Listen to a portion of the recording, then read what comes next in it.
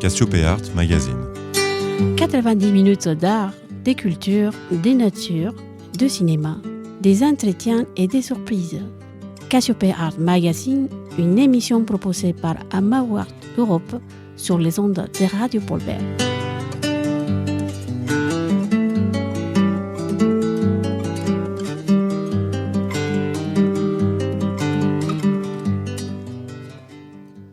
Bonsoir les amis, c'est Cassiopée Art Magazine, toujours sur Radio Paul Bert. Et nous sommes de retour aujourd'hui avec nos chers invités, mais aussi avec le plaisir de partager cette fois-ci l'antenne avec Alexandra qui est de retour. Bonsoir. Bonsoir. Bonjour aussi, puisque cette émission sera écoutée en podcast aussi. Oui, bonjour, bonsoir. Je suis ravie de revenir de nouveau sur le plateau. C'est une rentrée assez radio. Longue.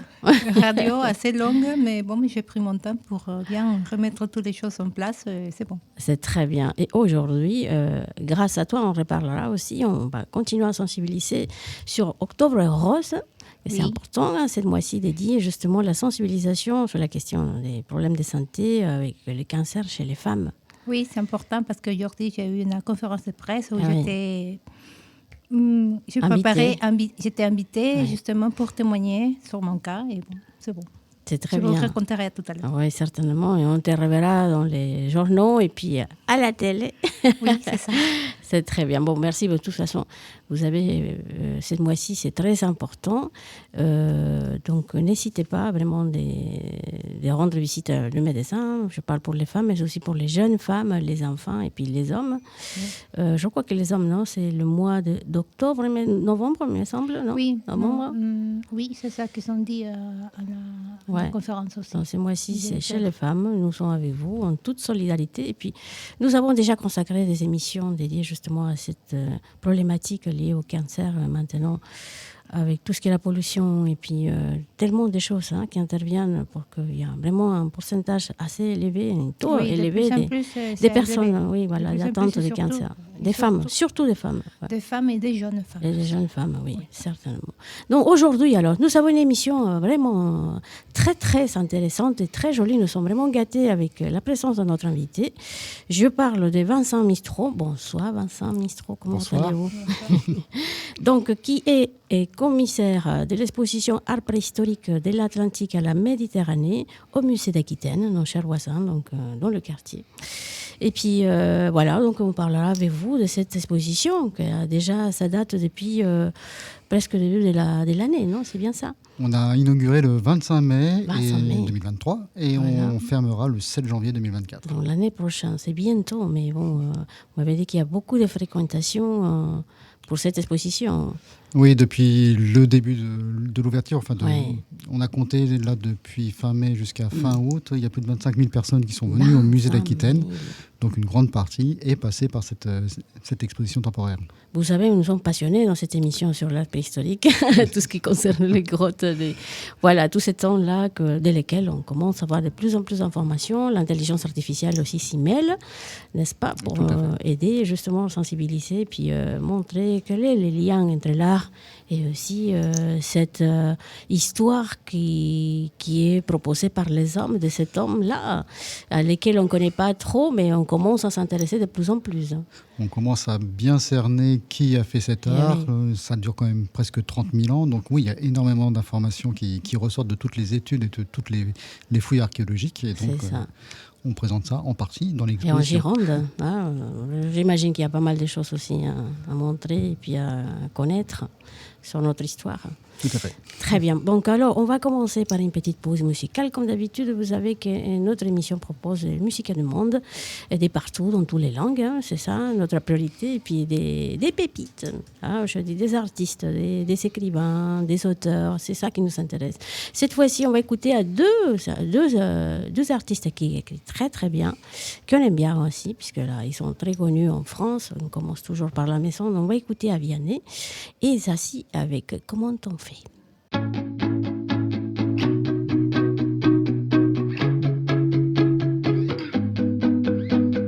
Danser dans ce drame, le prendre à la légère, comment tu fais toi? De ce vague à l'âme, j'aimerais me défaire, comment tu fais?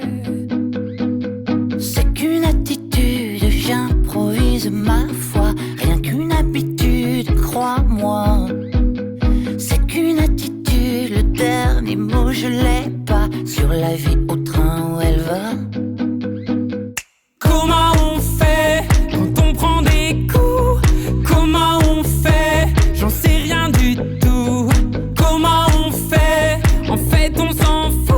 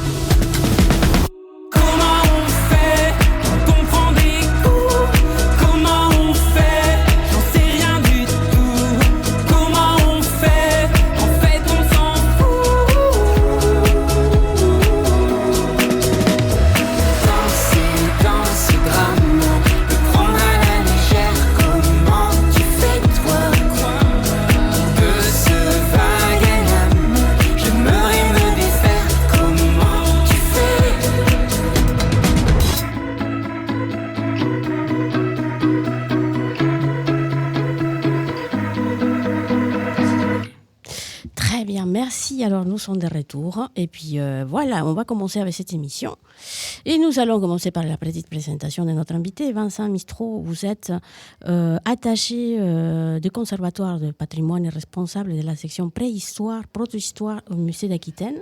Depuis combien d'années déjà ? Moi je suis arrivé à Bordeaux en 2006, donc ça commence à faire un petit bout de temps. Ah oui. Donc voilà, ça fait depuis ce moment-là que je gère tout ce qui est préhistoire. Bon, donc depuis, on va dire, l'arrivée de l'homme en Aquitaine, il y a environ 400 000 ans, jusqu'à la fin de l'époque gauloise, donc en 50 avant Jésus-Christ plus précisément. Et je fais ça donc depuis, j'ai même pas compté, 17 ans. 17 ans. 17 ans, waouh, 17 ans. Ça vous attirait toujours en étant jeune le métier, temps. Tout le temps. Moi, je me souviens qu'à l'âge de 7 ans, mes parents m'ont offert un petit livre de Tommy Unger, je l'ai toujours, qui s'appelait Les Mélopses spéléologues, où une famille de cochons perd une balle de golf dans un drôle de trou. Ils descendent et ils trouvent une grotte qui a été habitée par les cochons des cavernes. Ah voilà. Ouais, d'accord, les sangliers. C'est depuis ce moment-là, donc depuis l'âge de 7 ans, que je veux faire de la préhistoire. C'était d'abord l'aventure, mais aussi l'intérêt de savoir pourquoi, comment est-ce qu'elle est arrivée là. Oui, puis c'est ça. Et puis je suis attiré par tout ce qui est vieux, tout simplement. Donc tout ce qui est ancien. Préhistorien, c'est ça. Oui. Voilà. Et puis vous avez fait pas mal de publications aussi. Ouais. Alors j'ai fait pas mal de publications, surtout dans le cadre des expositions du musée d'Aquitaine. Je suis commissaire d'exposition depuis 2010, où on avait fait... C'est grâce à vous qu'on a ces jolies expositions. Pas que moi. Bien sûr, c'est un travail d'équipe, je le sais bien. Mais bon. Oui, et puis on a d'autres conservateurs qui font sur les autres périodes. Mais c'est vrai qu'en 2010, on avait fait une exposition qui était Aquitaine préhistorique, 20 ans de découverte. Une grosse synthèse là-dessus. En 2012, on a fait Autant des Gaulois, l'Aquitaine avant César. Ouais. En 2017, j'ai fait la ligne à grande vitesse, l'archéologie à grande vitesse, 49 sites fouillés entre Tours et Bordeaux lors des travaux. De Néandertal à l'homme moderne aussi. Ça, c'est l'exposition de 2010. C'est le livre qui était lié à l'exposition de 2010. C'est toujours comme ça, en fait, des publications, beaux publications liées aux grandes expositions. Moi, j'aime bien faire ça. J'aime bien faire un livre de synthèse qui permet de rapprocher les chercheurs du grand public. C'est-à-dire qu'on leur demande explicitement d'écrire pour le grand public. Alors, parfois, c'est pas facile. Eh oui, c'est vrai. Parfois, on fait aussi l'intermédiaire. On retraduit une partie de leur discours parce qu'eux, ils vont utiliser des termes notamment techniques ou scientifiques. Ils sont difficiles pour le grand public. Tout à fait. Et eux ne s'en aperçoivent pas, puisqu'ils baignent dedans tout le temps. Bien sûr, ils pensent que tout le monde comprend leur langage, mais et donc c'est pas gagné. Une partie de notre métier, c'est justement de faire la médiation entre les chercheurs et le grand public. D'accord, très bien. Donc je cite alors des Néandertal à l'homme moderne, ensuite au tombe de Gaulois, l'Aquitaine avant César, ça c'est très intéressant, l'archéologie à grande vitesse, comme vous l'avez dit, et Gaulois du sud-ouest, et ensuite l'art préhistorique de l'Atlantique à la Méditerranée, cette fois-ci. Un grand ouvrage aussi en vente déjà. Oui, puisqu'il c'est ça. Il est sorti juste avant, pour l'inauguration de l'exposition. Et on peut le retrouver où, Vincent? On doit à la boutique. À la boutique, d'accord. du musée d'Aquitaine. D'accord. Et aussi dans les librairies. On peut le commander. Très bien. Donc, voilà, on va être intéressé à le prendre. Hein. Très bien.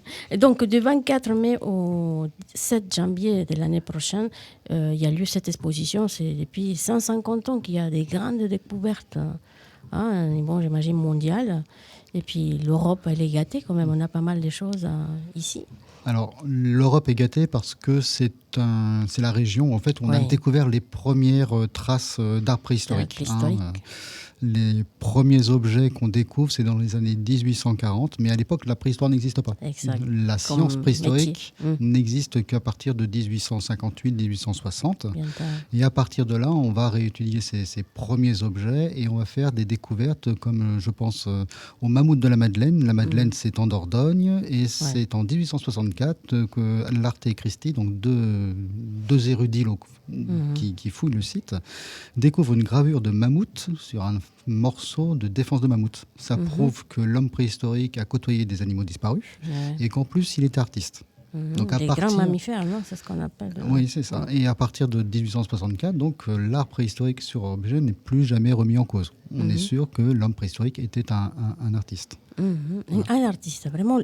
L'art préhistorique, c'est vraiment un art en elle-même ? Est-ce qu'on peut le classer de telle façon, puisque c'est tellement magnifique. Picasso s'inspirait aussi en allant des grottes dans son pays, notamment, et même en France. Il l'avait dit aussi, pour que vraiment il conçoive ses œuvres. Et puis c'était très intéressant. Est-ce que c'est vraiment un art ? Alors pour nous, c'est de l'art. Pour eux, on ne sait pas. On ne sait pas. Par contre, ils ont fait vraiment tous les détails des animaux. Parfois, sur certaines sculptures, on a vraiment même tous les poils qui sont été faits avec des petits coups de silex sur l'objet. Donc oui, pour nous, c'est vraiment un art parce qu'on est vraiment ému, on est vraiment impressionné par ces images. Oui. Alors pour eux, est-ce que le concept d'art existait vraiment ? Ça, on n'en est vraiment pas sûr. Est-ce que c'est pas un objet utilitaire, un objet rituel ou quelque chose comme ça ? Et voilà, c'est ça, des questions qu'on se pose. À quoi ça servait ? Qu'est-ce que cela représente ? Pourquoi ils ont fait ça ? Eh bien, justement, on ne va pas vous répondre. Oui, il faut découvrir. Mais c'est surtout qu'il y a eu de nombreuses théories.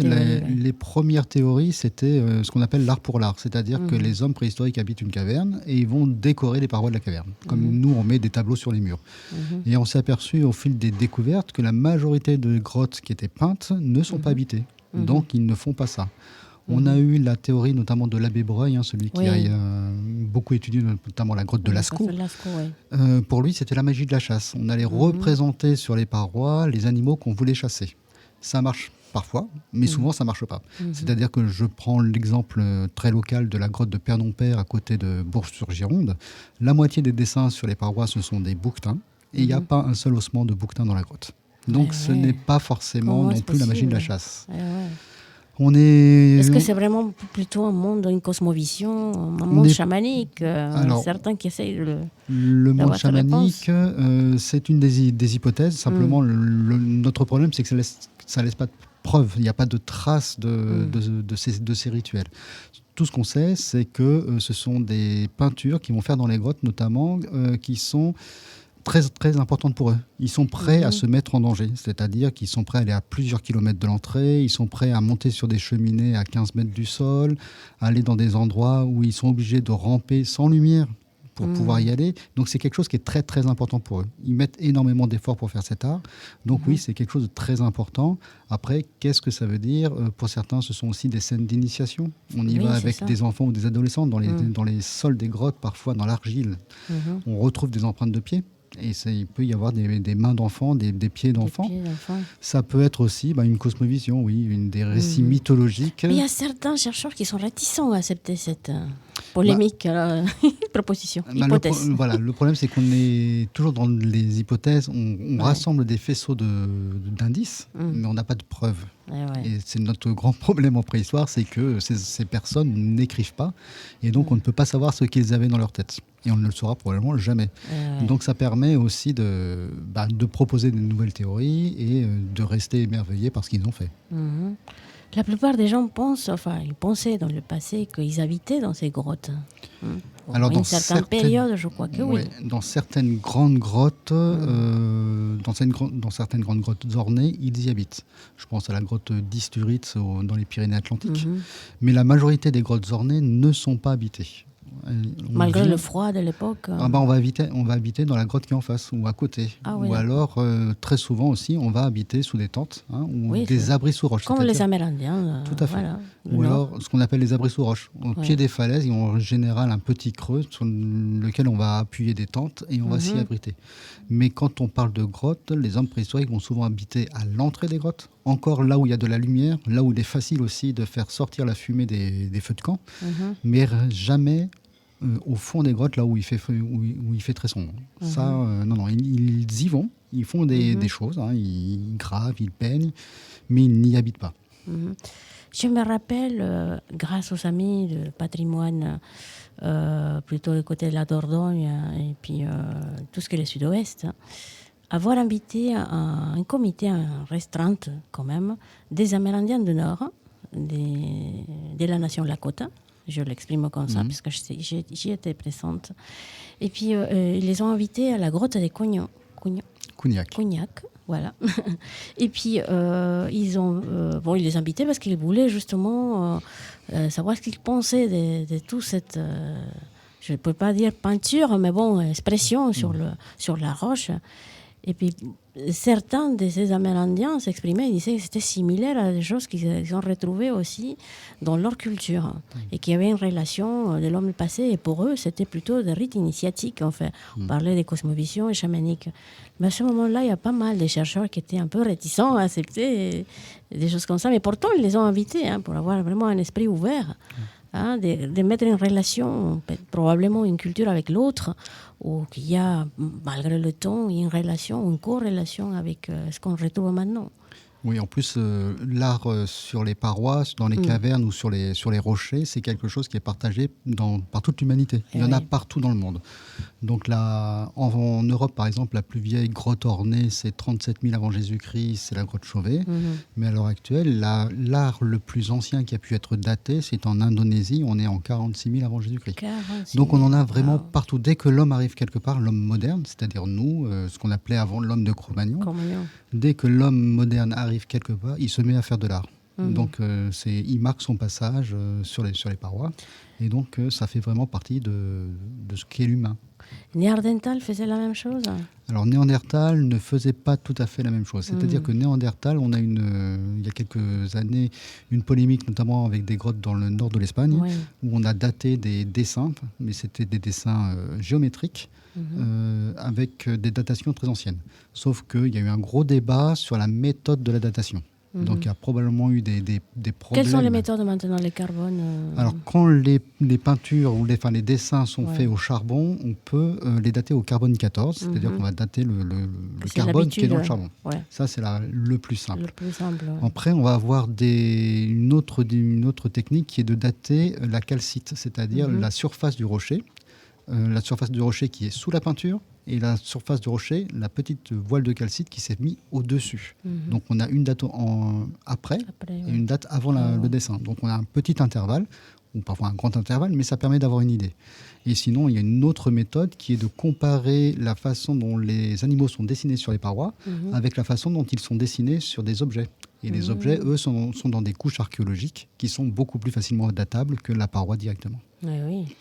Et puis, vous avez découvert des choses différentes chez un Néandertal comme au Cro-Magnon. Alors, Néandertal... Comment est-ce qu'il s'exprimait, Néandertal ? Je vous demande, puisque vous avez quand même fait une ouvrage sur Néandertal. Néandertal, on ne sait pas comment il s'exprimait, on sait qu'il parlait. Hein. Les os qui maintiennent la langue sont quasiment identiques aux nôtres, donc on sait qu'ils ont la capacité de parler.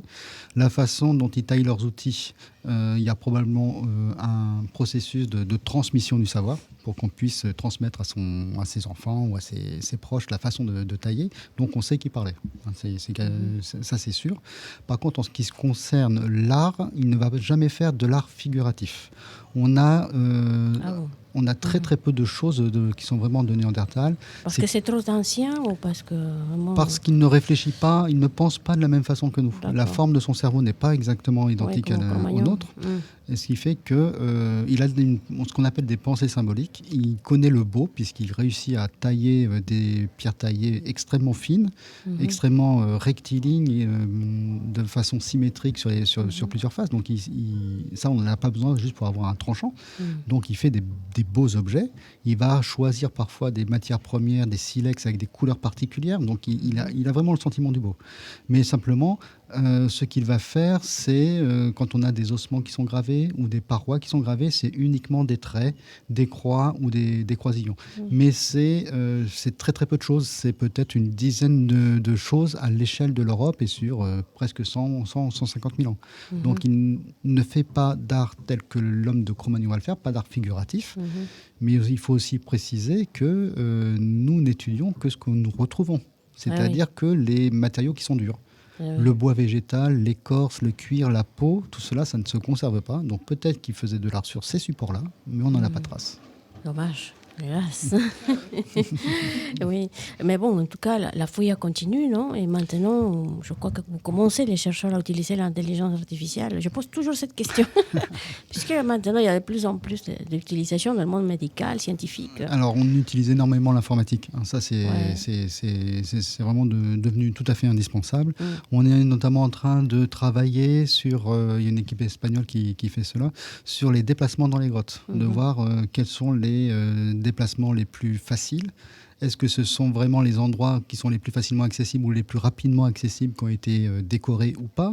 Il y a plein de choses comme cela. On fait aussi des recherches pour pouvoir plus facilement justement comparer les images les unes aux autres.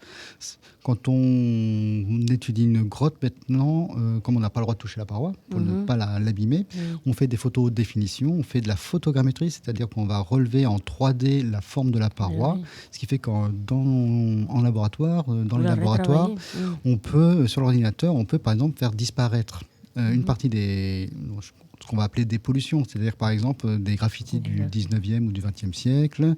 On peut faire disparaître certaines couches de calcite et reconstituer un petit peu les animaux qui étaient en dessous. Ça permet aussi de voir la face. Des traces, voilà, ou des ratés de l'artiste. Alors, des ratés, il n'y en a pas beaucoup. Il n'y en a pas beaucoup, non ? Non, en général... Mais c'est impressionnant ce qu'ils font, parce qu'on voit comment ils ont utilisé la superficie de la pierre, de la roche. Ils utilisent énormément les volumes de la grotte, c'est-à-dire que... C'est une pensée en 3D même. Oui. Ils vont d'abord regarder la paroi avant de dessiner. C'est pour ça aussi qu'il n'y a pas d'art préhistorique. Dans une grotte ornée, il n'y a pas d'art préhistorique partout. C'est vraiment à des endroits particuliers. Par exemple, à la grotte de Lascaux, on va utiliser un creux de la paroi pour faire le ventre d'un cheval. Comme ça, quand on passe à côté avec une lampe à graisse, c'est une sorte de petite bougie, ça bouge et ça fait du volume. Et l'animal semble même peut-être un petit peu bouger. Oui, comme s'il était présent là. Exactement. On va utiliser le haut d'un rocher qui a une courbe particulière pour faire le dos d'un bison. C'est assez courant. C'est des choses comme ça quand tu te dis, enfin, excusez-moi, nous, simples citoyens, pas scientifiques comme vous, mais bon, on s'est dit, ils n'étaient pas si bêtes alors pour avoir réfléchi, avoir fait ça. Enfin, honnêtement, on s'est dit, en préhistorique, non, mais bon, quand même, ils avaient étudié quand même l'espace lequel ils allaient investir. Ils ont étudié l'espace qu'ils allaient investir. Ils ont surtout aussi une excellente vision du monde qu'il y a autour d'eux. C'est-à-dire que quand ils vont dans les grottes, par exemple, pour dessiner un cheval, le cheval, il va être parfait. Il y a tous les détails. Pourtant, le cheval, il n'est pas à côté d'eux. Hein. Donc, ils l'ont dans la tête. Ils sont capables de le représenter à plusieurs saisons de l'année, à l'automne, en période de rut, au printemps, avec des pelages qui sont parfois différents. Ils sont capables de présenter des animaux adultes et des animaux des jeunes. Donc, ils sont vraiment inclus dans la nature et ils connaissent parfaitement leur environnement et ils sont capables de faire ça les yeux fermés. Waouh! Wow, c'est incroyable. Hein. C'est bien quand vous le décrivez, ça nous fait voyager dans le temps. Et puis les gens qui nous écoutent aussi vont imaginer en écoutant cette émission. Qu'est-ce que c'est? Très bien, on va faire une toute petite pause. Hein. Puis c'est passionnant de discuter de tout ce qui est passé aussi pour comprendre vraiment notre actualité aussi. On va partir bien loin et cette fois-ci avec quelqu'un qui nous a proposé des jolies chansons depuis un certain temps. Puis il s'est arrêté d'un seul coup. Il me semble que c'était un changement de vie aussi. Et puis voilà, et maintenant il est de retour sur le panorama musical. Je parle de Gerson Brass qui va nous chanter Pancake and Butter.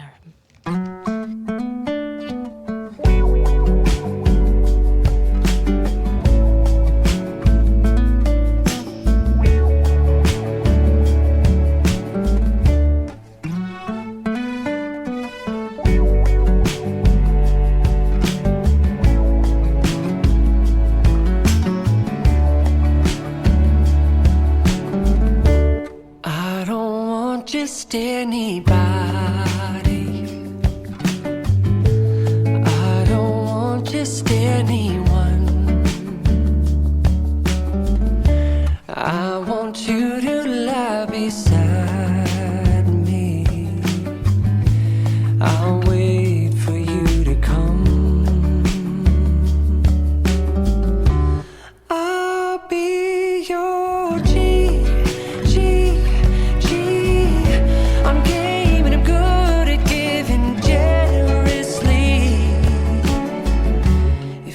fire, I am your match.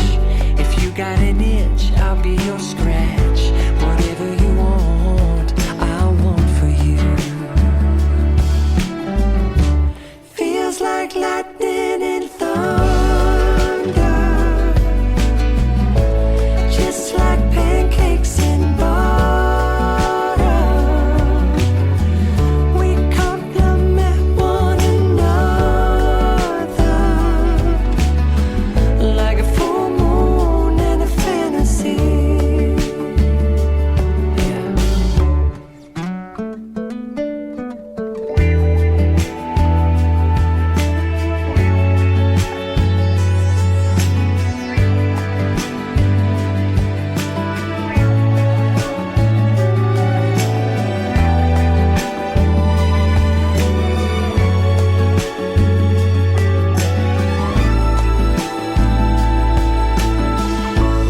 I'll be your G. I'm here to take orders and make it easy. If you need love, I got your back. If you need lunch, I got your snack. Whatever you want, I'll grow for you. Feels like lightning and thunder, just like pancakes and butter. We complement one another like a full moon and a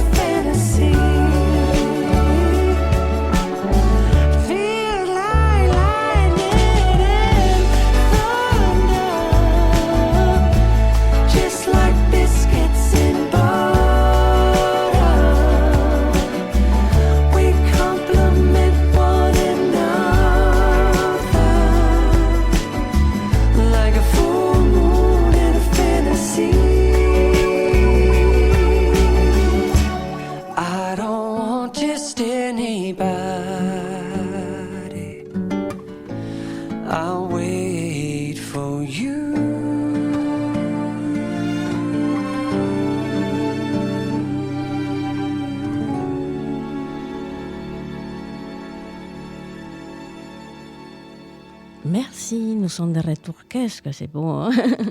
Un joli voix de Jackson Brass qui était connu il y a quelques années, il avait de jolies chansons d'été et maintenant il revient sur les scènes. Bon, nous sommes avec cette discussion assez intéressante, même dans le plateau, un off.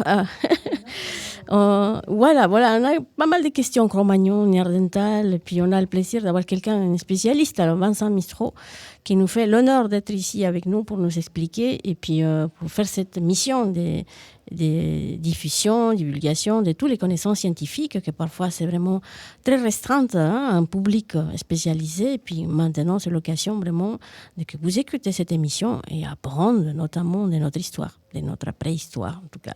Bon, on parlait de Cro-Magnon et de Néerdental. Je soumets quand même je repose la question en public cette fois-ci. Lors d'une visite à une des grottes en France, les guides nous disaient que les allergies étaient transmises par Néerdental, puisqu'il y avait un taux de génome en fait, qui était apporté que Cro-Magnon n'avait pas. Et c'est à cause de cette différence que vraiment s'installaient certaines allergies chez l'homme. Alors, pour les allergies, je ne sais pas précisément, mais il est vrai que les populations d'origine européenne ont dans leur génome entre 3 et 5% de gènes de Néandertal. Donc là, c'est peut-être qu'une de ces parties de ces gènes code justement les allergies. Mais oui, on a en partie le génome de Néandertal en nous. Intéressant. Et puis concernant pour revenir à cette exposition, alors, vous avez fait un prêt des différents musées assez importants, tant en Espagne, en Portugal, en France. Combien d'années ça vous a pris pour faire cette exposition? Parce que c'est énorme. C'est gros. C'est important quand même. Une grosse exposition au musée de l'Aquitaine, c'est entre 3 et 4 ans de travail. Donc nous, on a vraiment commencé le travail en 2019. Non, en 2019, donc, malheureusement, pendant la pandémie, alors vous avez bossé. Juste avant, après, je me suis cassé le pied, il y a eu la pandémie, il y a eu quelques retards, ce qui fait qu'on ne l'a ouvert qu'en 2023. Mais oui, c'est un très gros travail, puisqu'on a 45 prêteurs différents, on a 400 pièces originales et 150 moulages dans l'exposition. Donc c'est vraiment une très très grosse exposition, de synthèse. C'est une exposition qui est née, que j'ai en tête depuis très très très longtemps. C'est vous qui l'avez conçu et après travaillé avec vos équipes? Oui, c'est moi qui ai proposé le sujet. On proposait le sujet et puis la direction du musée et la direction générale des affaires culturelles de la ville de Bordeaux nous donnent le feu vert. Donc là, moi, j'avais travaillé avec un étudiant à l'époque, un étudiant espagnol, en 2008, et qui faisait un travail sur des petites grottes ornées qui étaient tout à fait inconnues dans le Pays Basque Nord, Pays Basque français. Et depuis, ce petit étudiant, je dirais, il est devenu chercheur à l'université de Santander et il a découvert énormément de grottes ornées entre Bilbao et San Sébastien. Et c'est à partir de ça qu'on sait la Biscaye aussi, puis il a eu le Guipuscoa. Donc, à partir de toutes ces trouvailles, on s'est dit qu'il fallait faire une nouvelle synthèse. La dernière exposition, une grosse exposition d'art préhistorique sur cette région, donc qui va du nord du Portugal jusqu'à la Catalogne, datait de 1996, donc il y avait plus de 25 ans, et elle n'avait été présentée qu'à Paris. Donc là, le but était de refaire une nouvelle synthèse et de la présenter à Bordeaux. D'accord. Et puis cette exposition, elle est itinérante, c'est-à-dire qu'elle va voyager dans d'autres musées c'est volonté ou pas? Oui, on a cette volonté. Après, c'est assez compliqué de faire des itinérances avec des objets préhistoriques parce qu'ils sont fragiles. Donc on ne peut pas prêter exactement la même chose à Bordeaux et dans les autres musées. Ce qu'on sait déjà, c'est qu'elle sera par exemple présentée au Centre départemental du patrimoine des Landes. Donc c'est l'abbaye d'Artous à Hastinck, c'est dans le sud du département, pendant l'année 2025. Ça, c'est sûr. On a déjà commencé à travailler sur cette itinérance. Et après, on a aussi des contacts en Espagne et au Portugal pour la présenter. Mais c'est un gros travail d'adaptation. J'imagine, oui. Il y avait beaucoup de temps de préparation, si vous avez dit 2019. 2019. Waouh. Est-ce que vous pouvez nous décrire en soi vraiment l'exposition? Alors, nous rentrons dans le grand bâtiment du musée d'Aquitaine, qui est assez joli et historique aussi. Et puis après, qu'est-ce qu'on retrouve en fait dans cette exposition? Vous avez, je crois, des propositions différentes, des expositions, des conférences, des animations aussi, des ateliers pour les enfants ou les ados. Voilà, l'exposition en elle-même. Alors, l'exposition en elle-même, on a commencé cette exposition avec un espace sur la façon dont on a découvert l'art préhistorique. Les premières découvertes, les premières grottes ornées. Après, on fait toute une partie sur les copies, les moulages, les facsimilés. Pourquoi est-ce que dans les musées, maintenant, on expose des copies d'objets préhistoriques et pas forcément les originaux? On a fait aussi une salle sur la façon dont on étudiait cet art préhistorique. Après, on a fait une autre salle sur l'espace géographique et chronologique dans lequel on s'insère cet art préhistorique. Et surtout l'espace géographique de notre exposition, donc du Portugal jusqu'à la Catalogne. Et donc depuis, en gros, moins 40 000 jusqu'à moins 10 000 avant Jésus-Christ. D'accord. On a une grande salle avec toutes les thématiques de l'art préhistorique, classées par animaux, les animaux de la mer, les animaux de la montagne, les humains, parce que les humains sont aussi représentés dans l'art préhistorique. On a fait un espace sur la façon dont ces artistes travaillaient, un espace sur la parure, la façon dont on se pare, parce que ça aussi c'est un support d'art préhistorique, et aussi sur la musique. Parce que la musique aussi. On a des preuves de musique préhistorique. C'est vrai. Oui. Des instruments de musique. Alors on a des instruments, c'est pas très courant. Et là encore, malheureusement, on est dépendant du matériau. Tout ce qui est en roseau, en bois n'a pas été conservé. Donc, mais ce qui est en os ou en coquillage est conservé. Donc on sait par exemple qu'à la grotte d'Isturitz, en Pyrénées-Atlantiques, on a 22 fragments de flûte différents. Oui, les flûtes. La flûte, la plus vieille flûte au monde, pour l'instant, elle est datée de moins 37 000 ans. Elle est dans le sud de l'Allemagne. Ils étaient musiciens, et voilà. les ancêtres. On est sûr que dès que l'homme moderne arrive, fait de l'art, on va dire du dessin, il fait aussi de la musique. De la musique. Ouais, il aime bien faire la fête. On peut le dire comme ça. Donc, de l'art pariétal, de l'art des grottes. De l'art des grottes. De l'art rupestre, de l'art des roches aussi en même temps. Oui, c'est un art qui est très particulier. L'art rupestre, c'est ce qu'on appelle, c'est l'art des rochers. Des rochers en plein air qui vont être gravés, là encore, de représentation animale. Et ça, c'est un phénomène qui est assez récent, puisque le premier rocher gravé est découvert en 1981. Donc c'est assez récent, c'est au Portugal, dans la vallée du Coa, donc c'est le nord-est du Portugal. Et on va trouver aussi, c'est la vallée du Coa, la vallée du Douro. On en a aussi du Douro. Le parc national de Douro qui est vraiment joli. Le Duero en Espagne. Et en Espagne, sur la vallée du Duero, il y a aussi des roches gravées.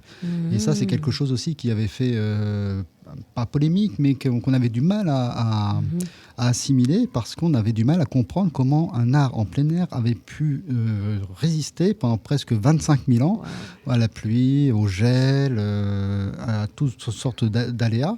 Mais oui, en fait, c'est vraiment un art préhistorique, puisque quand on fouille au pied de ces rochers, non seulement les gravures continuent dans le sol, mais on a des couches archéologiques qui viennent les cacher. Donc les gravures sont obligatoirement plus anciennes que les couches archéologiques. Donc ça a permis de prouver l'ancienneté aussi de cet art rupestre. Waouh, c'est incroyable.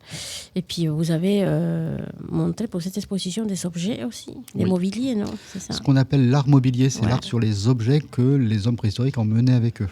Ça peut être des outils, par exemple, ça peut être des pointes de projectiles, des pointes de saguet, des pointes de harpon.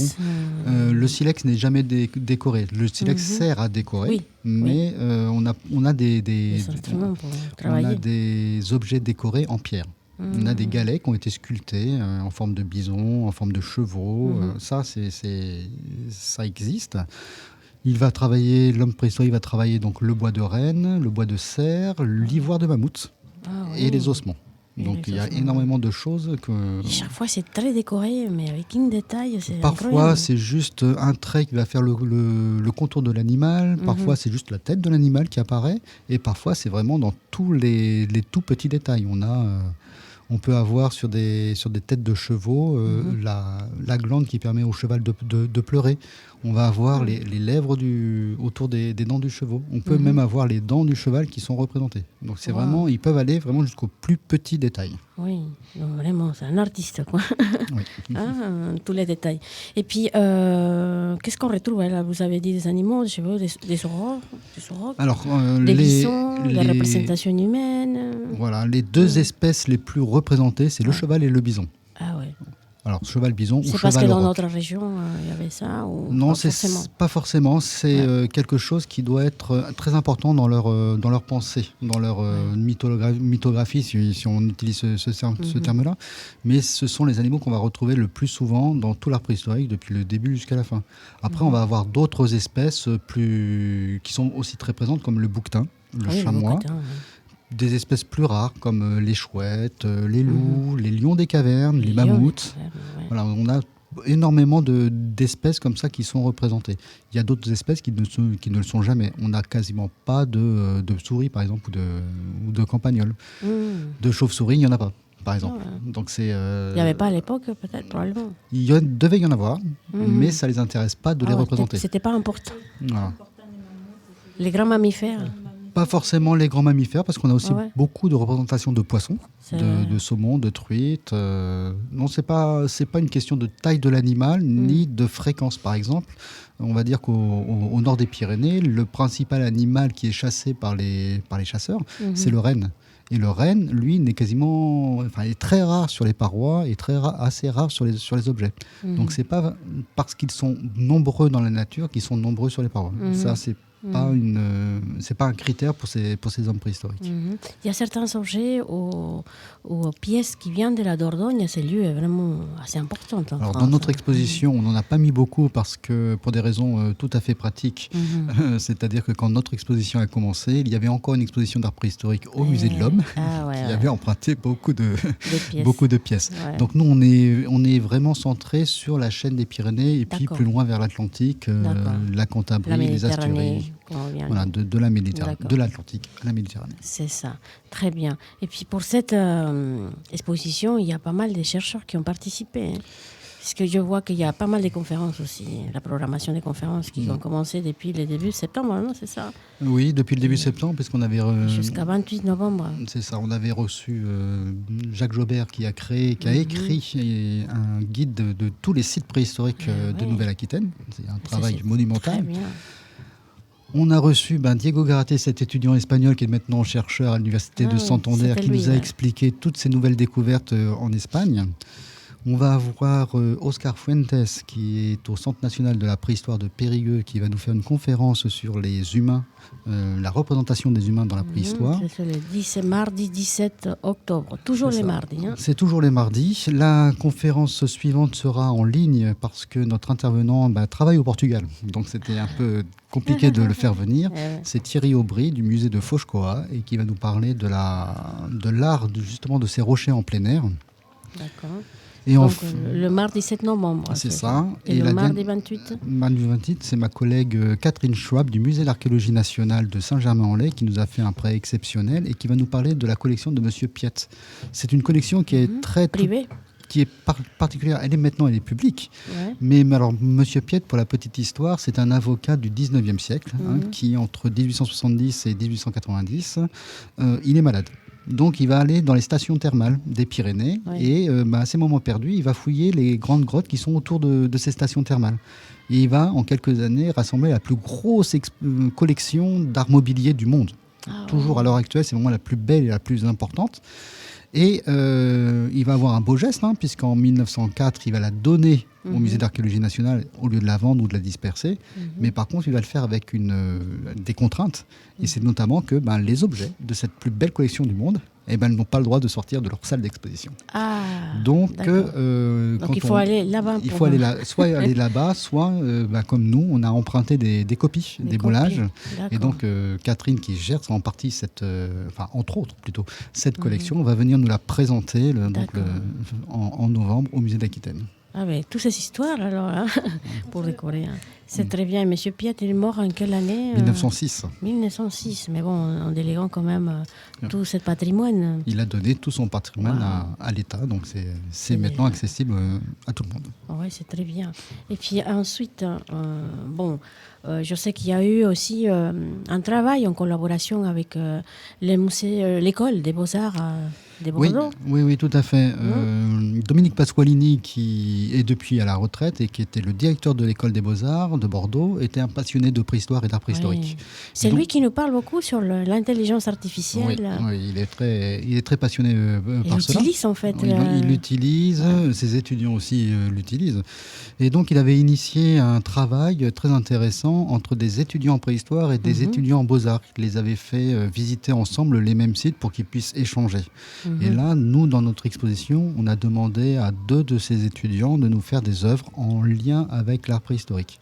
D'accord. Donc, Solène Lestage vous a fait une grande toile d'une grotte qui n'existe 3 pas. mètres, il Voilà. paraît, non? Oui, et voilà. qui représente une sorte de grotte des Pyrénées. Ouais. Et Xin Zhao, lui, il travaille justement sur l'intelligence artificielle.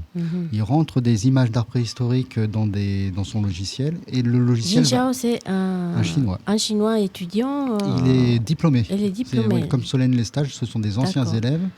Et donc, Puisqu'il y a un robot en Chine qui s'appelle de façon pareille, Xin Zhao, qui travaille justement pour aider les gens en Chine, en fait, donc, les robots. Et donc, lui, il utilise l'intelligence artificielle. Tout à fait. Il entre des vraies images d'art préhistorique dans son logiciel, et le logiciel va réinventer en permanence des nouvelles images préhistoriques, mais qui n'existent pas, mais qui sont vraiment inspirées de cet art.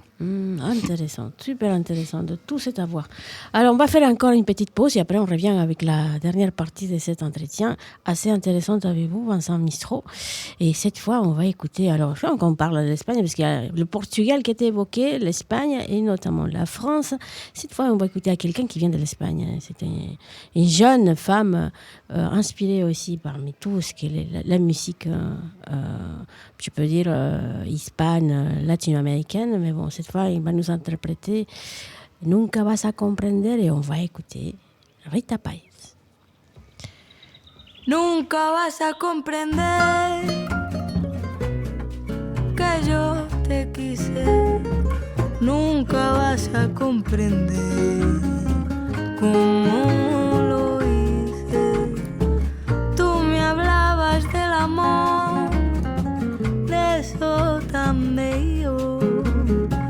Te faltó por demostrar que eras capaz de vivir aquello, pero no te olvides, por favor, que sigo aquí, ya no quiero sufrir más por ti, mi amor. Con el tiempo decidí que es un recuerdo todo aquello que viví y me mató por dentro.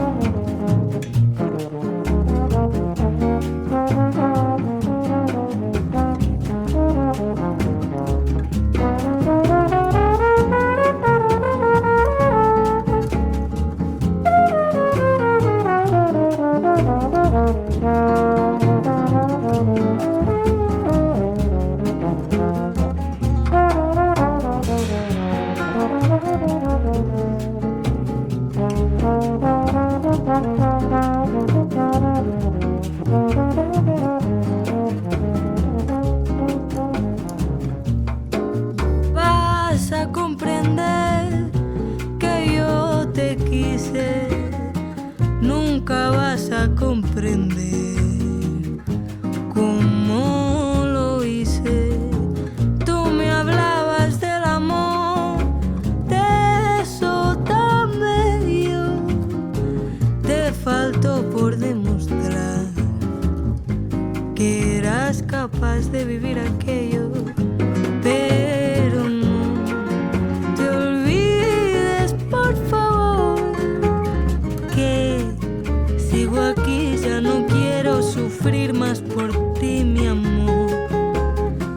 Con el tiempo decidí que es un recuerdo todo aquello que viví y me mató por dentro.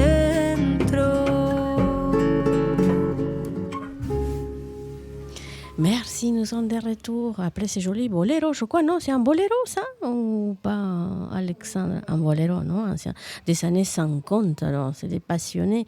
Je crois que même Edith Piaf aimait beaucoup ce type de chansons qui l'a inspiré justement pour faire ces jolies chansons à la suite. Bon, nous sommes sur le plateau justement avec un autre invité pour parler d'un sujet assez intéressant. Vincent Mistro, qui est commissaire de l'Expo Art préhistorique de l'Atlantique à la Méditerranée au musée d'Aquitaine. Donc je vous invite, Vincent, à vraiment inviter le public. Alors qu'est-ce qu'il faut faire pour assister? Quel jour? La programmation? Qu'est-ce qu'il y a d'intéressant? Les ateliers pour les enfants qu'on n'a pas encore parlé aussi. Alors déjà, le musée et l'exposition temporaire est ouverte du mardi au dimanche de 11h à 18h. Et le premier dimanche du mois, l'entrée est gratuite au musée, donc n'hésitez pas à venir. C'est très bien, oui. Et moi, je fais des visites guidées, par exemple, tous les mercredis à 14h30. Donc oui, le grand public peut venir et moi, je vous fais directement, oui, tout à fait. Voilà. Donc c'est une visite guidée qui dure 1 heure, 1 heure et demie. Ça va dépendre beaucoup aussi des questions que pose le public. On va avoir aussi d'autres activités, notamment pour les familles et les scolaires. Et par exemple, samedi prochain, le samedi 7, nous avons un week-end famille au musée avec visite guidée et puis atelier. Donc expérimentation de taille de silex par mon collègue Philippe Chauveau, qui a appris à tailler le silex comme les hommes préhistoriques. On va avoir des ateliers de fouilles archéologiques. On a un chantier de fouilles expérimental pour les enfants. Qu'est-ce qu'on va avoir d'autre? On va avoir le 4 novembre une journée qui s'appelle « Et la préhistoire aujourd'hui » avec des visites commentées, des jeux de société autour de la préhistoire. On va avoir aussi un Préhisto-Fun le samedi 2 décembre avec notamment tout ce qui est culture pop autour de la préhistoire. Donc ça peut être aussi intéressant. Toute la programmation est sur le site internet du musée d'Aquitaine. D'accord. Donc n'hésitez pas à aller le voir. Tout à fait. www.museedaquitaine.fr, je pense. www.musée-aquitaine-bordeaux.fr. Ah, d'accord. Après, aussi. dans n'importe quel moteur de recherche, vous mettez musée d'Aquitaine, ça arrivera. Voilà, c'est arrivé.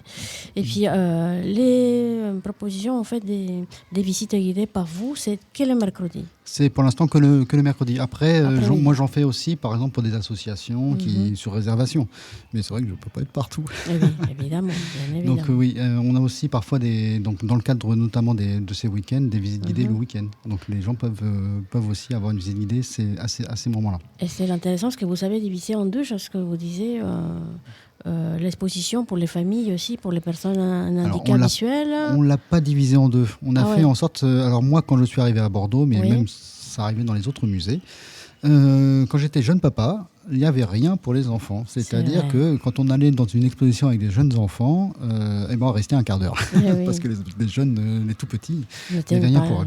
Donc là, petit à petit, nous, on essaye de faire un parcours à chaque fois pour les enfants avec des jeux de manipulation, des jeux de reconnaissance, de dessin. Et là, dans l'exposition, sont régulièrement répartis des modules pour les enfants avec des jeux. Et en plus, on peut toucher, on peut jouer. Et on a en plus, pour les enfants, enfin même pour les grands aussi, une grande fiche dans laquelle on a un certain nombre d'emplacements pour y mettre des tampons à chaque borne de jeu, on va dire. Il y a un tampon différent et les enfants sont invités à venir faire toutes les bornes de jeu pour pouvoir tous les collectionner. D'accord. Donc on a ça pour les familles et puis pour les personnes vraiment en situation de handicap, notamment visuel, on a un parcours aussi qui est tactile et olfactif. À certains endroits, ce sont des odeurs à sentir, mais c'est surtout aussi des objets préhistoriques à toucher. En fait, on a fait des copies à la taille réelle et des copies 3 fois la taille, voire 5 fois la taille, pour que les personnes aveugles ou malvoyantes puissent toucher les tout petits détails de ces objets. Donc voilà, on a 2 parcours au sein même de l'exposition. D'accord, c'est très bien. Donc bien adapté aussi pour nos amis qui sont en situation de handicap. C'est important de le signaler. Parce que parfois, il y a beaucoup de gens qui se privent en fait, de pouvoir y assister. Voilà. Très bien. Merci beaucoup de votre temps, Vincent. Hein. C'est avec plaisir. Merci beaucoup. Et puis, ma dernière question, je ne sais pas, Alexandre, mais non, ça va, j'aimerais savoir. Hein. Est-ce qu'il y a un avenir pour ce métier de préhistoire, maintenant que tout est informatisé? Oui. Alors, il y a toujours à trouver. Il y a toujours à trouver, il y a toujours à on va continuer régulièrement à trouver des nouveaux sites archéologiques. On continue même à trouver des grottes ornées. Hein. Il y a 15 jours, en Espagne, on a trouvé une nouvelle grotte ornée.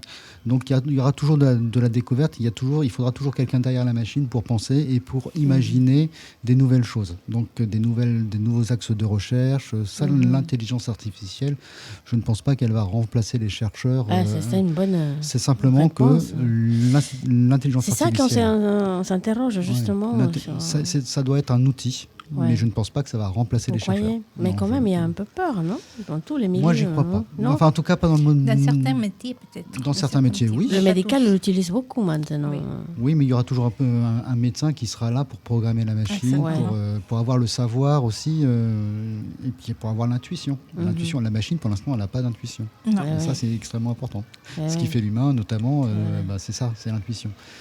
Donc voilà, donc il y aura toujours à faire, il y aura toujours aussi à faire de la médiation scientifique. Hein. D'ailleurs, si vous voulez aller un petit peu plus loin, si vous ne pouvez pas venir à l'exposition, on a développé un blog autour de l'art préhistorique qui s'appelle artpréhistorique.com, dans lequel tous les 2-3 jours, on développe un article sur une thématique, sur un objet, sur une grotte. Donc vous pouvez aller lire, c'est en français, c'est en espagnol et c'est en anglais. Donc. Oh, super, alors. Très bien.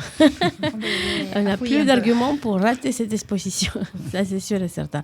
Merci beaucoup. Merci de votre présence. Puis à une prochaine, j'espère. S'il y aura l'occasion, je ne sais pas quand. Bon, l'année prochaine, j'imagine qu'il y a une autre exposition aussi programmée. L'année prochaine, c'est pas moi qui suis commissaire d'exposition. D'accord. C'est une exposition qui aura pour thème l'Égypte entre Alexandre et Cléopâtre. Wow. Donc, de fin mai 2024, oui c'est ça, de fin mai 2024 à fin octobre 2024. D'accord, très bien. Merci beaucoup. Alors là, c'est bien de nous avoir quand même lancé des pistes alors sur la prochaine. Merci beaucoup. Merci hein. Et puis on va vous laisser en musique et puis on revient aussi sur le plateau avec Alexandra et avec Claire aussi, Claire Kanaki, qui va nous faire la rubrique littérature. Cette fois, on va écouter quelqu'un qu'on aime bien, Ed Sheeran, qui a écrit ces jolies chansons sur tout ce qui est l'identité de l'American Town. Voilà. We're a long way from home. Haven't seen you in so long, but it all came back in one moment. And the year started cold, but I didn't notice it all. And we found there's a room we're both in. We get Chinese food in small white boxes. Live the life we saw in Friends. Your room, it barely fits the mattress. Wake up, leave for work again. The wind, it seems to blow right through us. Down jackets are the trend. The rushing deep into love. English girl in an American town. No elevator to the 5th floor. I'll ring on the buzzer, then you'll be right down. I wish time would freeze. Dungarees over the hoodie, we're out. Feet are 3 feet off the ground. Lost in love and we don't wanna be found. It's just you and me, my English girl in an American town. In an American town. Days come and go, but it ends when doors close. And the scent of your perfume's on me. You're useless with your phone, electric when one-on-one. I thought I would be more nervous, darling. We watch comedies and miss the endings. Conversations till the dawn. Any change in tide, we push against it. Challenge meanings in the songs and head out without a reservation. Drinking out of paper bags and wasting time is time not wasted. With my English girl in an American town. No elevator to the 5th floor. I'll ring on the buzzer, then you'll be right down. I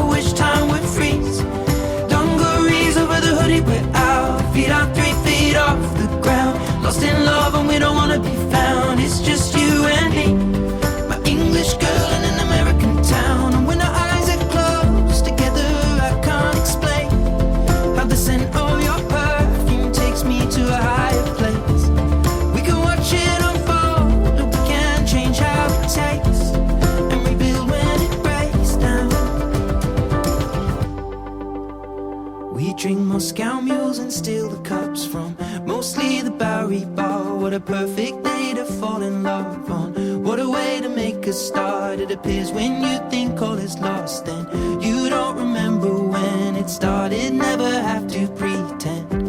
With my English girl in an American town, no elevator to the 5th floor. I'll ring on the buzzer, then you'll be right down. I wish time would freeze. Dungarees over the hoodie, we're out. Feet out 3 feet off the ground. Lost in love and we don't wanna be found. It's just you and me. English girl in an American town, no elevator to the 5th floor. I'll ring on the buzzer, then you'll be right down. I wish time would freeze. Dungarees over the hoodie, we're out. Feet out 3 feet off the ground. Lost in love and we don't wanna be found. It's just you and me. English girl in an American town. Merci, English Town, non, American Town. Ed Sheeran qui est c'est mon anglais. chouchou. Ah, t'aimes bien, hein, Ah, je Sheeran? l'écoute tous les jours. Tous les jours. Ah, t'aimes bien, alors. Oui. Nous aussi. Mais en tout cas, il écrit très bien. Oui. Ah, c'est un talent, un grand talent. Anglais, non? Anglais. En anglais américain, oui. Anglais. Anglais, L'anglais. En roux, anglais. Un gros anglais, ouais. Il est mignon, hein, quand même. Ah, t'aimes bien aussi, d'accord. Ouais, c'est ça. Bon, nous sommes de retour sur Cassiopeia Magazine. En effet, alors, t'as vu cette exposition? C'est vraiment passionnant, hein, parler sur le passé. Oui, selon que j'ai vu, ça va. C'est très intéressant. Ce qui m'a attiré, c'est y aller à la découverte. Maintenant, je suis en train de... Tu vas finir à faire les ateliers d'art Ah oui, moi pariétal. aussi. Moi aussi. Oui, pour tout âge, c'est ce qu'il a dit. Oui, Vincent. c'est ça. Voilà, donc alors, nous sommes sur le retour de cette émission, justement, puisque octobre, c'est l'octobre dédié à cette sensibilisation autour de, malheureusement, ces fleux, que c'est le cancer, hein, chez les femmes, et surtout les jeunes femmes. Oui, maintenant, c'est devenu, comme on dit aujourd'hui à la conférence de presse, que les jeunes femmes elles sont complètement, comment c'est dit, c'est agressif. Pour les jeunes femmes, c'est agressif maintenant. Et quand on parle des jeunes femmes, on parle une vingtaine, non? 25-30 ans. Wow. 30 ans. De plus en plus jeunes. De plus en plus jeunes. Le pire, c'est qu'ils ont peur d'aller se dépister. Et quand ils vont, ils prennent la décision d'y aller, c'est un peu tard. Parce que déjà, le cancer s'est développé. Et puis, l'autre jour, j'étais avec un monsieur qui est un scientifique de notre région. Et je lui demandais, mais pourquoi de plus en plus de jeunesse concernée par ces flots, qu'à la fin, la science n'arrive pas vraiment à se débarrasser, de trouver une solution. Hein. Je crois qu'il y a pas mal d'essais aussi pour essayer de trouver la cure totale d'un cancer. Il y a très peu, il y a eu un jeune garçon, je crois un adolescent, 12 et 13 ans, qui vient d'être guéri complètement en fait de cancer. Et apparemment, ils vont essayer de tester ce traitement pour donner un espoir aux malades. Mais lui, quand je lui posais la question concernant les femmes, de plus en plus, il me disait, bon, les perturbateurs endocriniens, parmi les produits qu'on consomme, parfois, on ne se renseigne même pas. Hommes et femmes, même enfants, on est concernés. Oui, c'est justement ça. La pollution. C'est la pollution que beaucoup ça touche, le tabac, beaucoup de choses qu'il y a autour de nous. Le tabac, notamment. Alors, c'est pour ça, dans mon témoignage, personnellement, mais un petit peu, je peux toucher un peu le thème par rapport au cancer au sein des femmes, mais au cancer au sein aussi aux hommes, que c'est 1%. Par rapport aux femmes. 1%. 1%, mais ça touche quand même. Et aussi pour les jeunes femmes et pour les enfants. Alors qu'ils fassent attention pour les produits qu'ils utilisent. Et quand je dis, maintenant, je dis, grâce à toutes ces démarches que j'ai pu faire, maintenant, je me trouve ici devant vous en train de vous témoigner.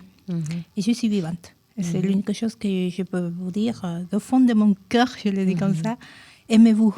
Aimez-vous et passez à l'acte. Laissez vos peurs de côté, parce que la peur, ça ne soigne pas. La peur, ça fait de la crainte. Et ce qu'elle fait, c'est développer la maladie. Il faut y aller. Il faut prendre, comme on dit, les filles du centre de pistage, centre de coordination de Nouvelle-Aquitaine. Il faut y aller. Il faut se prendre dans ses mains, prendre le courage, y aller. C'est ça.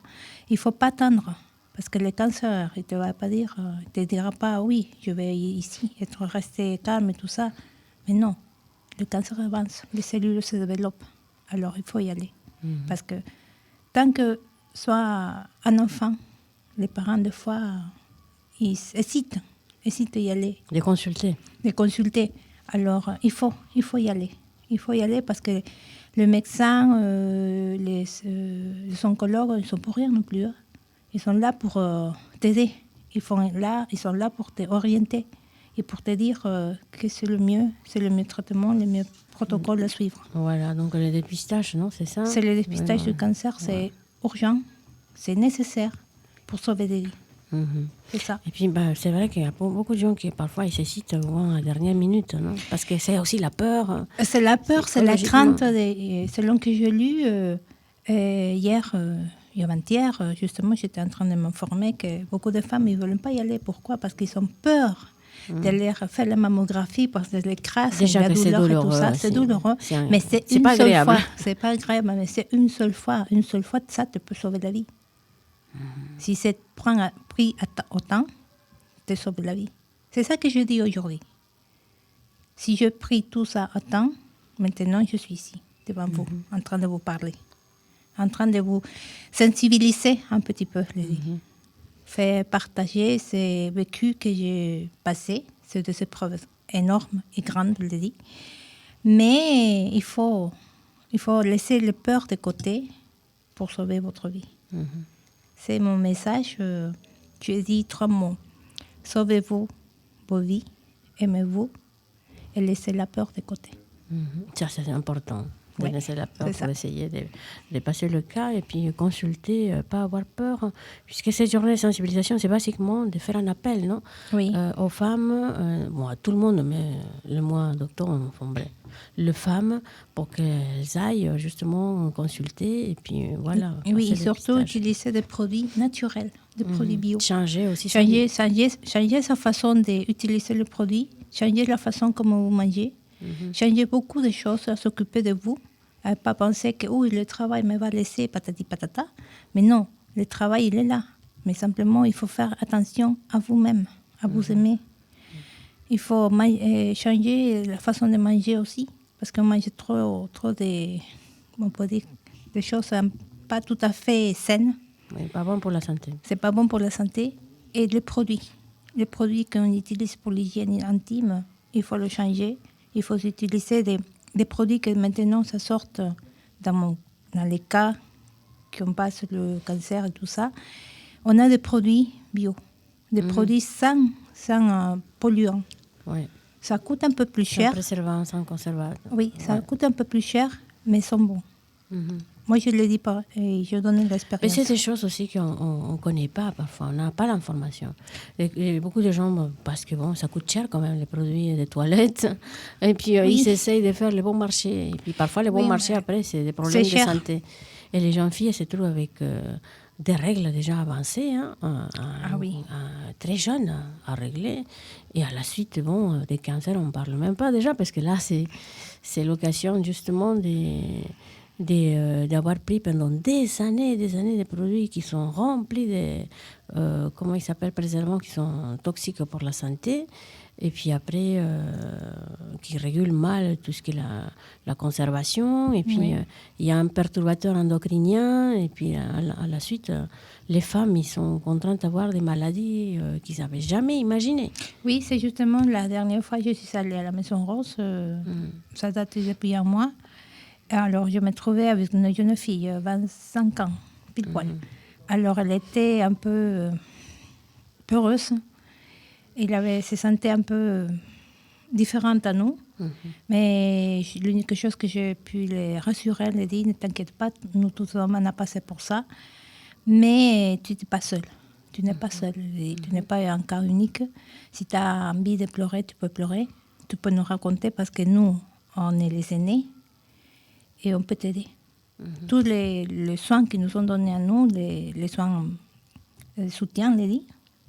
Alors, nous, maintenant, tout ce que nous ont donné, maintenant, c'est à nous à faire le pas, de vous donner aussi la chance que vous pouvez vous ouvrir à nous et nous moi, dans ce cas, je peux t'aider, si tu veux, tout ça. Mais moi, je ne suis pas l'unique. Il y a des autres personnes qui le font pareil. Mais c'est pour ça qu'on suit... Vous êtes combien d'ambassadrices pour le département? On est, par rapport à tout ça, c'est vrai, on a 50 à peu près. Une cinquantaine de femmes.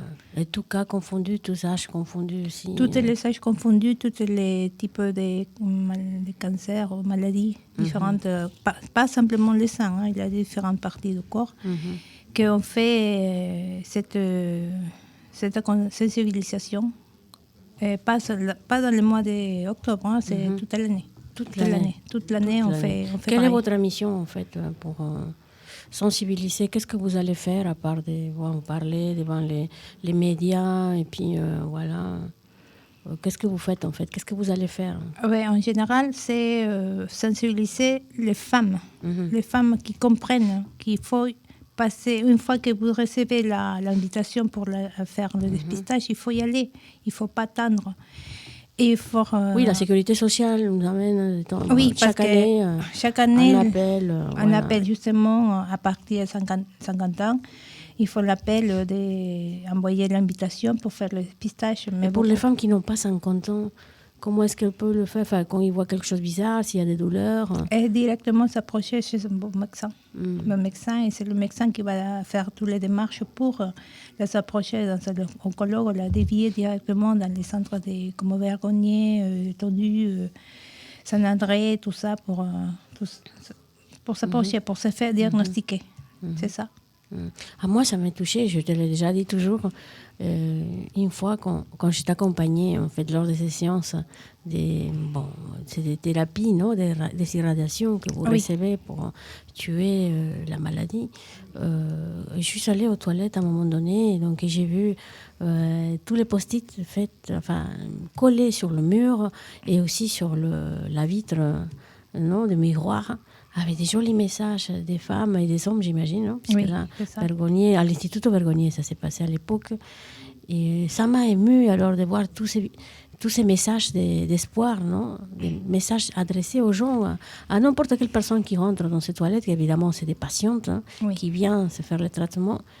Et c'était joli, enfin, c'était touchant de voir. C'est une façon d'encourager à tout le monde, les personnes qui passent pour faire les rayons. C'était spontané, non? C'est spontané. On laisse, moi aussi, j'ai écrit des mots et je laisse comme ça. Et pour les encourager à continuer, il ne faut pas baisser les bras. Il faut arriver jusqu'à la dernière séance parce que c'est difficile d'arriver jusqu'à la dernière séance. Il y a certaines personnes qui, avant d'arriver à la dernière, ils lâchent. Parce qu'ils ne peuvent plus. Parce que c'est vrai que c'est fatigant. Pas simplement la radiothérapie, il y a la chimiothérapie et l'hormonothérapie, qui sont assez longues. Par rapport à ce que j'ai eu, les séances sont assez longues. Et c'est pour ça que c'est laissé ce type de message pour qu'ils puissent avoir le courage de continuer et que nous, malgré qu'on a très peu de séances, on est là pour les appuyer, pour les donner le courage de continuer. Le courage, la force. La force, surtout ça, qui manque des fois. Cette force. Exactement, c'est ça. Ouais. Et donc alors, maintenant, le programme, en fait, du département, quelle est la mission? Alors, qu'est-ce qu'ils vont faire? Ils vont communiquer, j'imagine, non? Par les médias aussi, comme ils le font d'habitude? Justement, aujourd'hui, on a eu il y a des conférences programmées, il y a des événements autour. Oui, ce sont des événements qui se vont faire maintenant. C'est le maire de Ormic qui était présent. Pierre Ormic, le maire de Bordeaux. Il était là, il a dit qu'il ferait des conférences, des expositions, beaucoup de choses qu'ils vont faire tout autour du mois d'octobre. Et que aussi les autres membres de la directeur de la... sont là. Le directeur du centre régional. Oui, centre régional, comment se dit, ils sont là. Le directeur de l'Opéra national de Bordeaux aussi s'est fait présent pour nous recevoir. Oui, bien sûr, l'Opéra collabore aussi avec des animations. Oui, après le directeur général de la CRC2C, mot d'accueil d'introduction, toutes ces personnes se sont présentées justement pour faire la présentation, mais aussi pour offrir des conférences dans toute la région de Nouvelle-Aquitaine. Et bon, Maintenant, comment tu sens là, ce temps-là, en fait, il y a de plus en plus de prises en conscience, enfin, de vouloir s'en sortir. Est-ce que la science, un jour... La science, elle a avancé beaucoup. La technologie, elle a avancé beaucoup parce qu'avant, à l'époque, quand j'étais avec tout ce que j'ai commencé, et maintenant, c'est les tatouages et tout ça. Maintenant, ça fait. Ça les continue. tatouages, c'est quoi les tatouages? Les tatouages, c'est pour fixer les points où vont passer les rayons. Ah ouais, d'accord. Pour éviter de toucher des organes. D'accord. Cibler, on va dire. Cibler. C'est cibler les rayons pour éviter de toucher les autres organes. Maintenant, je sais qu'ils essayent d'améliorer tout ça. Okay? Par rapport à la comment se dit, à la chimiothérapie. Oui, la chimiothérapie. Oui. Il y a des autres façons. Il y a aussi pour la pilule, prendre un médicament. Mais ce médicament, c'est beaucoup un peu... Ils le prennent pendant 15 jours. 15 jours, ils s'arrêtent de nouveau. Ça recommence, mais ils sont contrôlés pour ça. Ils sont contrôlés par ça. D'accord. Parce que beaucoup, ils ne veulent pas le faire pour les rayons passés. C'est douloureux? C'est pas douloureux, mais en tout cas, c'est un peu contraignant. Parce que ça passe bien la première semaine, et la deuxième semaine, t'es KO. Oui. T'es KO. Super fatigué. Super fatigué, tout ça. Et c'est assez, comme on s'est dit, il faut être forte, franchement, pour tenir. Et maintenant, j'ai beaucoup de personnes de mon entourage, malheureusement, qui ont eu la récidive. Ah, ils sont récidives. Ils ont la récidive du cancer, ils sont développés, mais justement, demain, ils vont passer au billard. Il va s'en sortir. Et je lui donne tout le courage à elle parce que je l'aime beaucoup. Et à toutes les personnes qui sont dans la même situation. Dans la même situation, j'ai des amis aussi qui sont de récidive, aussi les encourager pour continuer qui luttent pour sa vie. C'est ça, c'est important. Oui, c'est important. Oui. Bon, écoute, beaucoup de courage, on souhaite beaucoup de courage, autant à toi comme les personnes qui nous écoutent, les femmes, les hommes, les enfants notamment, des jeunes personnes, hommes ou femmes, des étudiants, parce que nous avons eu aussi dans notre association à Marouart Europe des stagiaires qui étaient justement touchés par le cancer et des jeunes personnes. C'est justement 18 ans, 20 ans, quel courage. Et justement, j'ai lu aussi que les chercheurs ils sont en train de se demander s'ils peuvent faire le dépistage à plus tôt, commencer plus tôt. Moi, je pense que... Pourquoi ça commence à quel âge? À 20 ans. À 20 ans. Avant, tu ne peux pas faire le traitement? Non, parce que ça... Pas les mêmes. Pas les mêmes, parce que les régions, ça peut attaquer. Ah oui. Ils sont trop jeunes encore. Oui, ils sont en formation. Ils sont en formation des ossos, ils sont finis et tout le reste. La croissance. Mais la croissance, avec les rayons, il peut couper complètement. Oui. Alors, c'est pour ça que c'est un peu contraignant de ces côtés. Mais on voit justement que ça commence plus tôt. Alors, c'est un choix à faire pour les chercheurs. Franchement, c'est un choix. Moi, j'espère honnêtement qu'on trouvera un jour les moyens de vraiment le faire disparaître complètement. C'est satané cancer. Pour les hommes, les femmes, les enfants, les jeunes personnes, c'est terrible. Oui, et maintenant je voudrais faire un petit remerciement à Marie-Pierre Mendibourg. Alvane Carrière, c'est la directrice de la communication des relations institutionnelles du centre de dépistage. À Martine, le médecin coordinateur territorial. Marilyn, la chargée de santé publique qui se déplace en action d'aller vers les espaces publics. Isabelle aussi un médecin, Hélène et Michel, employés administratifs qui gèrent les envois des invitations des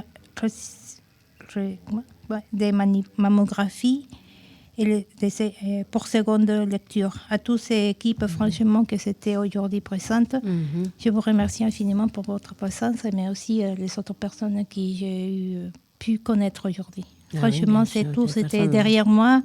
Pour m'encourager et de parler, donner un témoignage directement pour encourager à tous les femmes et les hommes pour aller faire se dépister. C'est important. Très bien. Donc, alors, avec le souhait vraiment qu'on trouve une guérison totale bientôt. Ah oui, moi aussi, bientôt pour qu'ils soient guéris.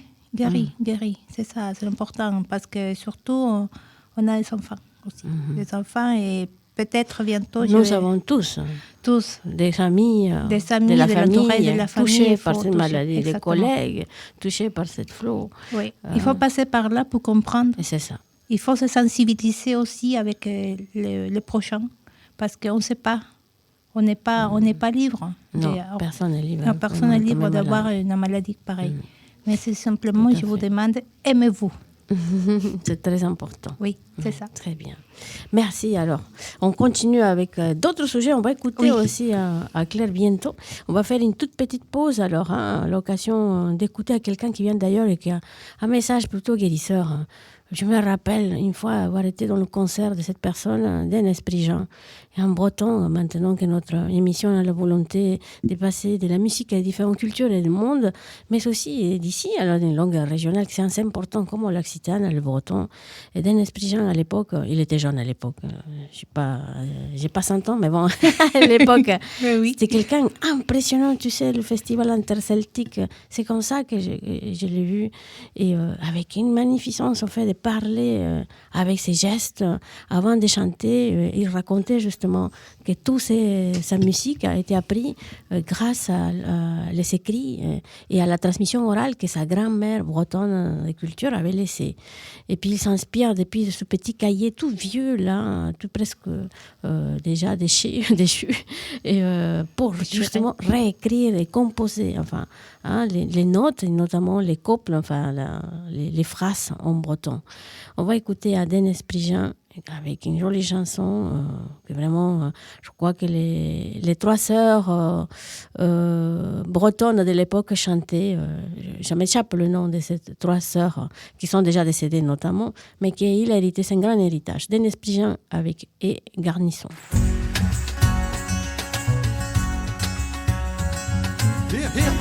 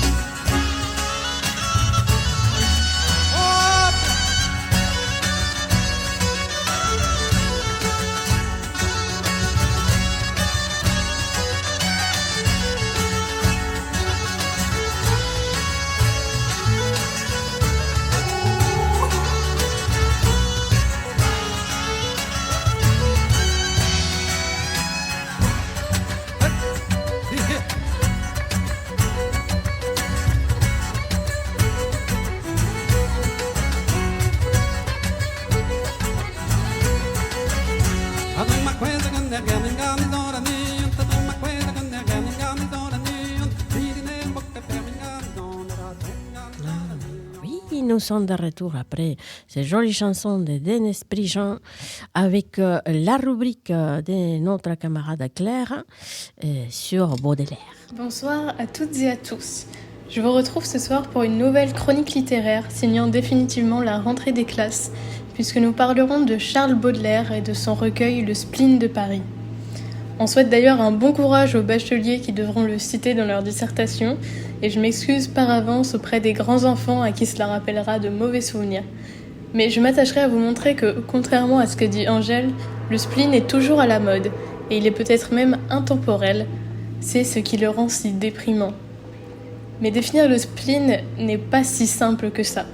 C'est un sentiment typique du 19e siècle et du mouvement artistique romantique, dont la génération était nostalgique du passé et de la gloire napoléonienne pour les Français.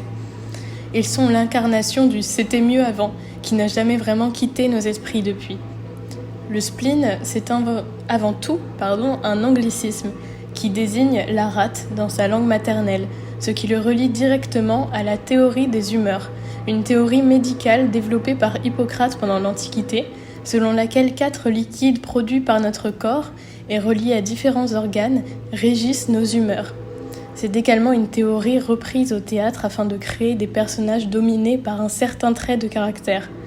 Tout ça pour dire que la rate, elle, produit ce qu'on appelle la bile noire, le liquide, comme par hasard, associé à un caractère mélancolique. On se tromperait sûrement en disant que le spleen de Paris, ce ne sont que les émotions de ce cher Baudelaire, que ce n'est que la complainte d'un homme à la plume bien aiguisée et à la langue bien pendue. Car le spleen de Paris, c'est aussi la ville, la foule et un sentiment partagé par une génération entière de solitaires bien entourés. De mon point de vue, on retrouve la volonté de Baudelaire de transformer la boue en or, comme il l'a dit pour Les Fleurs du Mal, avec un recueil en prose qui garde une écriture poétique, mais en fait un texte plus commun, qui traite de la vie quotidienne et non pas de voyages exotiques et de martyrs. Baudelaire ne sera pas le seul à le dire, Paris est bien la capitale de la douleur. Alors venez tous nous rejoindre à Bordeaux. Cependant, sous ces airs de mélancolie, le spleen de Paris ne nous fait pas tant déprimer. C'est un livre plein d'ironie et de caricature des caractères de son époque, comme dans Le Mauvais Vitrier et À 1h du matin, 2 poèmes qui se suivent. Tout au long du livre, il exprime une lassitude de la bonne société et un besoin d'action qui se manifeste dans la solitude et l'art. De là surgit une œuvre pleine d'espoir, refusant de rester dans l'ennui du spleen et poussant le lecteur à sortir de la torpeur et la routine. Pour vous le montrer, je vais vous lire le poème « Enivrez-vous ». Tentez à votre tour de vous enivrer. Avec modération, évidemment. Il faut être toujours ivre. Tout est là. C'est l'unique question. Pour ne pas sentir l'horrible fardeau du temps qui brise vos épaules et vous penche vers la terre. Il faut vous enivrer sans trêve. Mais de quoi ? De vin, de poésie ou de vertu, à votre guise, mais enivrez-vous. Et si quelquefois, sur les marches d'un palais, sur l'herbe verte d'un fossé, dans la solitude morne de votre chambre, vous vous réveillez, l'ivresse déjà diminuée ou disparue. Demandez au vent, à la vague, à l'étoile, à l'oiseau, à l'horloge, à tout ce qui fuit, à tout ce qui gémit, à tout ce qui roule, à tout ce qui chante, à tout ce qui parle. Demandez quelle heure il est, et le vent, la vague, l'étoile, l'oiseau, l'horloge vous répondront « Il est l'heure de s'enivrer pour n'être pas les esclaves martyrisés du temps. Enivrez-vous sans cesse, de vin, de poésie ou de vertu, à votre guise. » Sur ces belles paroles, je dois maintenant vous laisser, car il est l'heure, comme le disait Baudelaire, il est l'éternité. Merci de votre écoute et passez une bonne soirée. Très bien, merci à Claire. Alors, c'est le spleen de Paris, sa réminiscence avec Baudelaire. On va dire au revoir les amis, mais avant, on va saluer nos amis de la grande diaspora bordelaise nord-coréenne, puisque alors nous avons justement ce week-end dernier, ils ont fêté la Chuseok, c'est la fête des grâces en fait, hein. C'est une fête à l'année, en quoi ils remercient justement l'abondance après des années de guerre, hein, notamment dans ces pays, et puis que depuis des années, ils se retrouvent alors à partager tous en famille et remercier justement la vie. Et puis, bonne fête à vous et merci parce que nous avons reçu l'invitation, mais bon, on n'a pas pu y assister, mais quand même, on va vous saluer parce que nous avons quand même des invités de ces beaux pays, des je pense que c'est personnes francophones, hein, coréennes, franco-coréens, avec une jolie chanson de quelqu'un qui vous aimait beaucoup, que nous aussi, on l'aime. Je parle de IU, hein, la princesse. Cette princesse, je peux dire, très jolie voix, avec une jolie reprise d'un groupe, un de tellement de groupes de pop et de rock qui est connu, un d'eux, c'est Nell, que je vous invite aussi à connaître parmi les réseaux sociaux, Nell, N-E-L-L. Et puis, vous allez découvrir un peu l'univers musical de Nell. Et c'est IU qui prend ses reprises en live pendant son émission Palette, hein, pour vous fêter et pour dire bonne fête à Chuseok à tous nos amis francophones coréens du Sud. 4 times around the sun, alors 4 temps autour de le soleil. À la semaine prochaine. Au revoir les amis. Au revoir.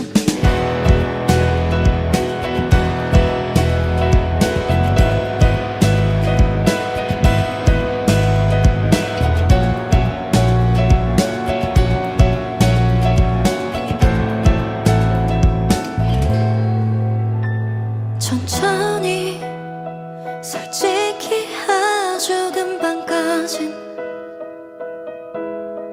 아니더라도 언젠간 잊혀질 거라고 믿었지. 그렇게 믿고 지금까지 견뎌왔었는데